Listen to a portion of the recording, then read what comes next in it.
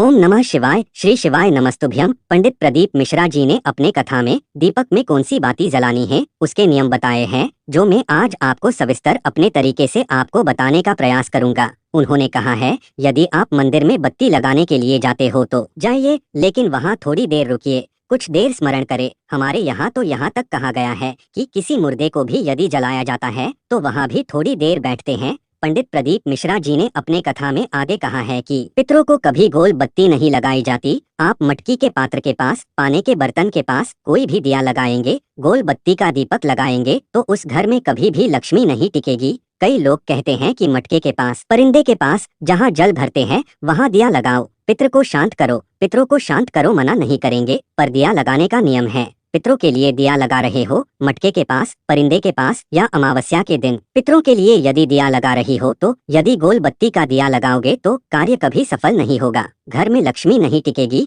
संपदा नहीं रहेगी, घर में कोई ना कोई बीमार पड़ा ही रहेगा, धन आएगा जाएगा, टिकेगा नहीं। इसलिए यदि पितरों के लिए दिया लगाना है, पूर्वजों के लिए दिया लगाना है तो कपाल क्रिया तक रुकना पड़ता है। थोड़ा रुकिए, कोई पीछे से आकर कुछ करना जाए, दीप जलाए, थोड़ी देर रुकिए। पंडित प्रदीप मिश्रा जी ने अपने कथा में कहा है, दीप का भी नियम है। दीप में जो गोल बत्ती लगाती है, ये गोल बत्ती हमेशा विष्णु भगवान की पूजन कर रहे हो, हमारे भोलेनाथ शिव शंकर का पूजन कर रहे हो या अन्य देवताओं का स्मरण कर रहे हो तो उस समय गोल बत्ती लगाई जाती है। भगवान के मंदिर में पूजन कर रहे हो तो गोल बत्ती लगाई जाती है। ऐसे ही पंडित मिश्रा जी ने अपने कथा में आगे लंबी बत्ती का बताया है। उन्होंने कहा कि लंबी बत्ती जो होती है वो देवी पूजन में, लक्ष्मी माता की पूजन में, जितने भी देवियों का आप स्मरण करोगे, पूजन करोगे, उसमें लंबी बत्ती का प्रमाण है। ऐसा पंडित प्रदीप मिश्रा जी ने अपने कथा में बताया है। पितरों के पूजन में लंबी बत्ती का प्रमाण है। पितरों के लिए यदि दीप लगाना है तो लंबी बत्ती लगाए। पंडित प्रदीप मिश्रा जी ने अपने कथा में आगे कहा है कि यदि आपके जीवन में बहुत ज्यादा लक्ष्मी से तकलीफ है,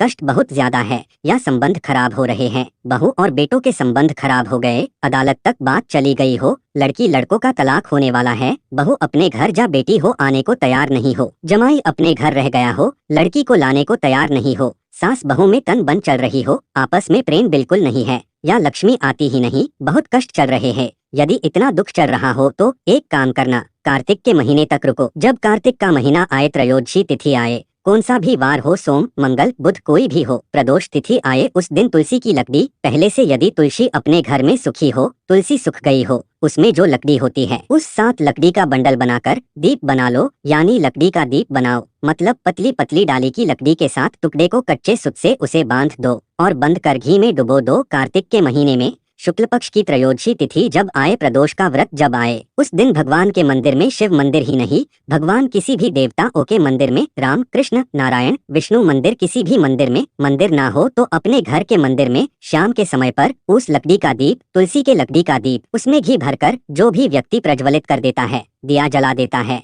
उसके घर में कभी संपदा की कमी नहीं होती, लक्ष्मी की कभी कम नहीं होती, लड़ाई झगड़े नहीं होते। विष्णु पुराण में स्पष्ट लिखा है। ऐसा हमारे पंडित प्रदीप मिश्रा जी ने अपने कथा में बताया है। ओम श्री शिवाय नमस्तुभ्यम। आपको पंडित जी के कथा के उपाय, अलग अलग उपाय ऐसे ही मैं आपके सामने सविस्तर आपको बताता रहूंगा, इसलिए चैनल को सब्सक्राइब करो और लाइक करो। ओम नमः शिवाय। जय महाकाल।